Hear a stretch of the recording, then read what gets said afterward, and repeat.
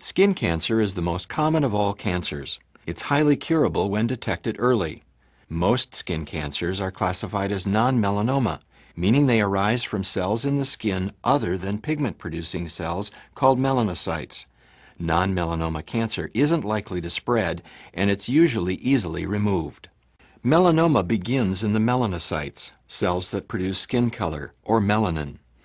Melanin helps protect deep layers of skin from harmful effects of the sun.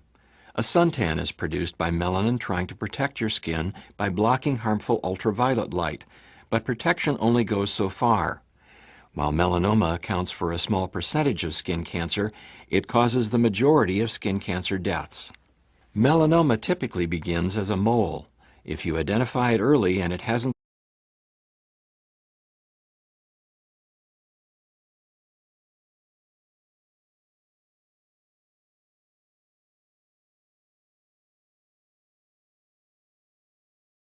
Well, the Colette Coyne Melanoma Awareness Campaign was founded in response to the death of our youngest daughter in 1998. And even though it's 18 years ago, it's, as anyone who's lost someone, it's not something you get over. Anyhow, she was diagnosed at 29, and a few months later, she was told she was terminal, and she died shortly after that. And I couldn't believe that a disease that could take the life of a young woman so quickly, nobody was talking about it on Long Island. In fact, you didn't hear much about it anywhere. And so we thought we have to do something about it. We don't want another family to experience what we had. My sister was diagnosed with stage 4 melanoma in October of 2015. She was wrongly diagnosed 4 times before that with Lyme disease, chronic migraines, until they finally reached a common diagnosis, which was stage 4 melanoma. And unfortunately, she passed away on December 23rd, so it was 5 days after she turned 28. Hi, I'm Phil Smith. I'm 30 years old. I graduated Carl Place High School in 2003. 3 years ago, I was diagnosed with basal cell carcinoma. It's a form of skin cancer. It's different than melanoma in that it doesn't metastasize, so it doesn't spread. It's not as likely to become deadly, but it is very serious, and if it were to go untreated, it could be very bad. Melanoma came into my life 3.5 years ago. I know we all heard the term melanoma before, and we really basically think of skin cancer. We think what we can see. I think what the misconception about melanoma is there's different variations of melanoma, whether it starts off as a little tiny mark on your hand, or it's something that develops into something much more, whether it moves, or whether it comes from internal. Melanoma became in my life because 3.5 years ago I have an identical twin sister who was diagnosed with mucosal melanoma, which basically, in layman's terms, is skin cancer from within.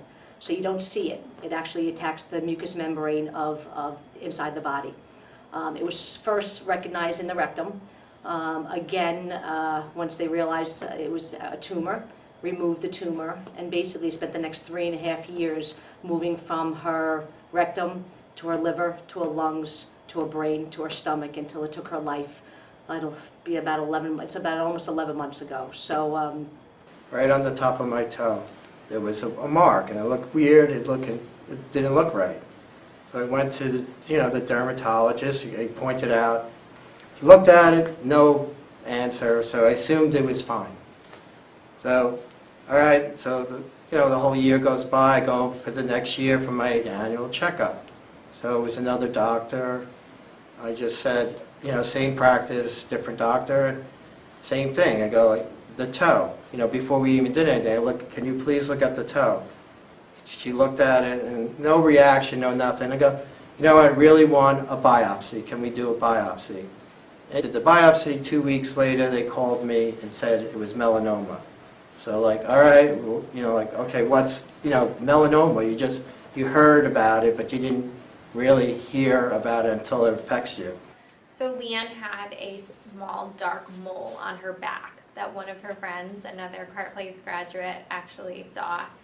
And she's a nurse, so she advised her to check it out and look into it. And unfortunately, by the time Leanne got it checked out by a dermatologist, she was already showing symptoms and signs of melanoma. We just didn't know it at the time. So the basal cell carcinoma that I had was on my face right here, and it looked like just a pimple. You know, I picked at it, I did what a lot of normal people might do. It scabbed up, it never healed. I didn't have health insurance at the time, so I was very, you know, concerned about going to the dermatologist and having to spend hundreds of dollars out of my pocket just for them to tell me it was a pimple. When I finally went, it was because it had stayed scabby and red for, you know, several months, and at that point I knew, you know, it wasn't a normal scab. I finally went to the dermatologist, and the dermatologist knew right away looking at it that it didn't look too good and that it was probably a basal cell. They cut it off, they did a biopsy, and it turned out it was skin cancer. The biggest thing is really being an advocate for yourself. Leanne was wrongly diagnosed 4 times, and with each diagnosis, she knew that something wasn't right. She knew that it wasn't the right diagnosis. The medicine that they were giving her for each of those diagnoses wasn't doing anything. And she was her own advocate. Unfortunately, it was too late. One thing everybody has to do and to educate us all is to say that if there's something on your body that does not belong there, or you see there's a change in anything on your body doesn't belong there, trust yourself to go have it checked. The hardest thing that we do all the time is think that nothing bad can happen to me, or you feel good, but sometimes that is the first line of defense, is noticing something is not right. We own our bodies, so we know our bodies better than anybody else. So if you go get checked and make sure, and it's better to be overtly cautious and say, let me go do this, because if it's nothing, you can live with that. If it's not, if it's something that actually gets worse and gets to the next stage, then you'll second guess yourself. And it's not only hard on the person that actually they find the melanoma on them, it's a family disease. It ends up affecting everybody in the family. Now, knowing that this could have been prevented just wearing sunblock, and also that it could have been the result from a single sunburn. Just one sunburn when I was 13 could be the reason for this exact skin cancer that I got. Knowing that, it seems so easy to have just wore sunblock. It takes 2 seconds to put a little on your hands and rub it on.